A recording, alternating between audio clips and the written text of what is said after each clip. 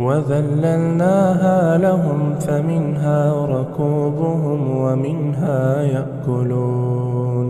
ولهم فيها منافع ومشارب أفلا يشكرون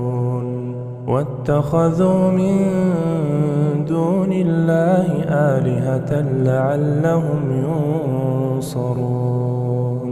لا يستطيعون نصرهم وهم لهم جند